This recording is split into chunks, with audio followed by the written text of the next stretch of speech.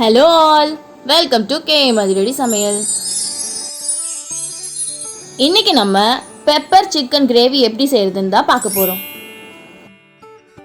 Pepper chicken gravy செய்ய தேவையான பொருட்கள்: இஞ்சி பூண்டு விழுது, கோழிக்கறி, எண்ணெய், வெங்காயம், சின்ன வெங்காயத்தை எடுத்து பேஸ்ட் பண்ணி வச்சுக்கணும், தக்காளி, புதினா கீரை, வெறும் மிளகாத்தூள், மஞ்சத்தூள், மிளகுத்தூள், கரம் மசாலா.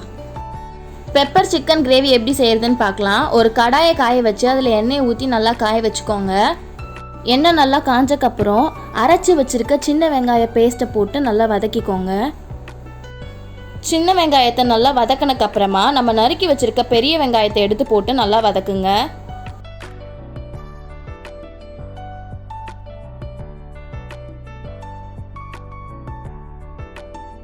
வெங்காயம் நல்லா வதங்கினக்கப்புறம் அதில் இஞ்சி பூண்டு பேஸ்ட்டை போட்டு நல்லா மிக்ஸ் பண்ணி வதக்குங்க.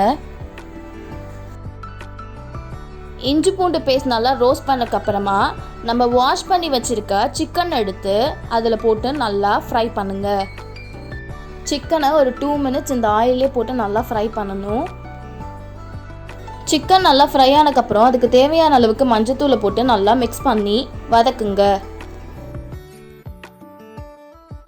மஞ்சத்தூள் நல்லா மிக்ஸ் ஆனக்கப்புறமா தேவையான அளவுக்கு உப்பு போட்டு நல்லா மிக்ஸ் பண்ணி கொஞ்ச நேரம் வேக விடுங்க.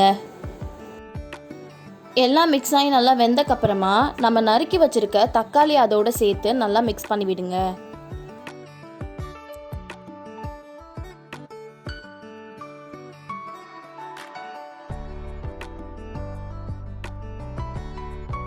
தக்காளி நல்லா வெந்தக்கப்புறமா வெறும் மிளகாத்தூளும் கரம் மசாலாவும் போட்டு நல்லா மிக்ஸ் பண்ணி விடுங்க.